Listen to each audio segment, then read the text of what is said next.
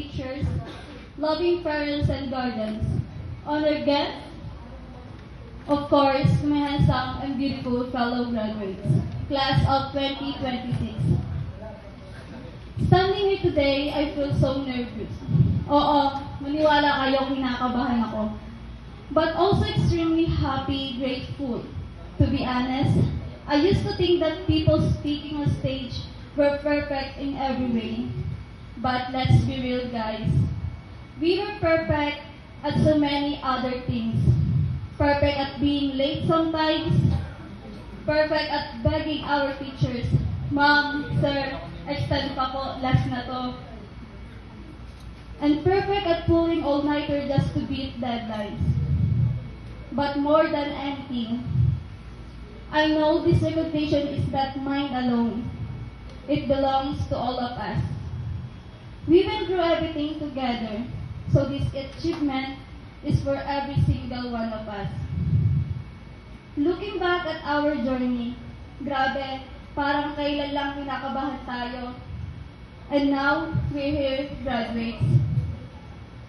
We went through countless requirements, all coming at the same time. There were nights when we only slept for 2 hours, walking into school looking like parang zombies. There were times when we were so tired and hungry, but we pushed through because we had to finish what we started. Of course, we also had the best time. At the slumber in the classroom, in cameras, feeling natin lahat na tayo MVP kahit na tayo ay talo. And hanging out the pansitan with empty pockets, but still full of tawanan at chismisan. All the hard times and good times shape us into who we were today. To all working students, I want to big applause to you guys. You are absolute warriors. After dismissal, instead of going home to rest or hang out, you headed straight to work. 2 hanggang 3 oras lang ang tulog nyo. Tapos kagalingan pa sa exam kinabukasan. There were times when we're so exhausted that we just wanted to give up. But you keep going because you knew this was for your dreams. Sabi nga nila, your future will be amazing, but now, puyat ka muna. Nothing is possible for someone who works this hard. We are so proud of you. Iba ang tibay at diskarte nyo. Talagang saludo kami sa inyo. None of what we have today will be possible without the person who never left our side. To our parents and guardians, especially to my parents who I'm with today, thank you so much for all your sacrifices. Thank you for working hard, for giving up your own comfort just to send us to school, for providing our needs like tuition and baon, and for never stopping believing in us. Lahat ng ito ay naalay namin sa inyo. On behalf of the graduates, we love you so much. To our teachers and staff, thank you for your endless patience, even when we're so makulit minsan. Hindi lang po lesson ang tinuro niyo sa amin. Tinuruan niyo rin po kami kung paano maging mabuti, responsable at matapang na tao. To our classmates and friends, thank you for this journey. Thank you for sharing your baon kapag wala kami, for helping us understand our lessons, and for laughing and crying with us. We really are the best batch.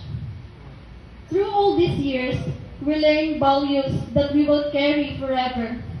We learn to keep going even when we are tired.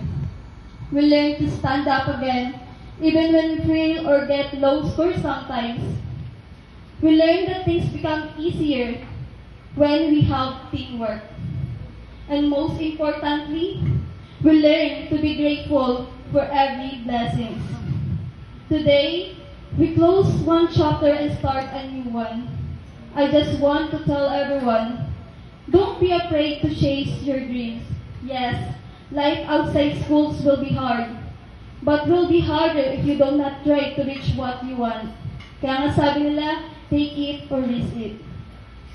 Always remember, success is not measured by the medals or awards we hold today. It's measured by how kind you are and stay true to yourself. No matter life takes you, never forget where you came from and never stop dreaming big. Sapagkat, gaya ng saranggola sa kabila ng matibay nitong pundasyon, hindi pa rin tiyak ang direksyong tatahakin nito. Tinangay man tayo ng hangin sa kaligitnaan ng himpapawid, ang malaga ay nananasan nating lumipad.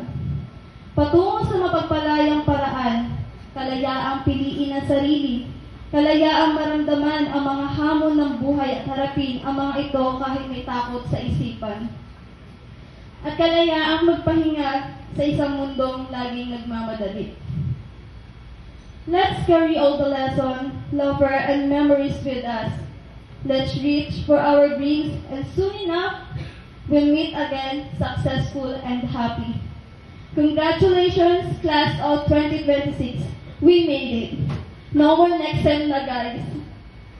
Before I end, mag-iiwal lang ako ng isang kasabihan. Mata sa langit, paa sa lupa, mangarap na mataas at lumaban ng patas. Thank you, congratulations, and God bless us all. Thank you, Ms. Canelli.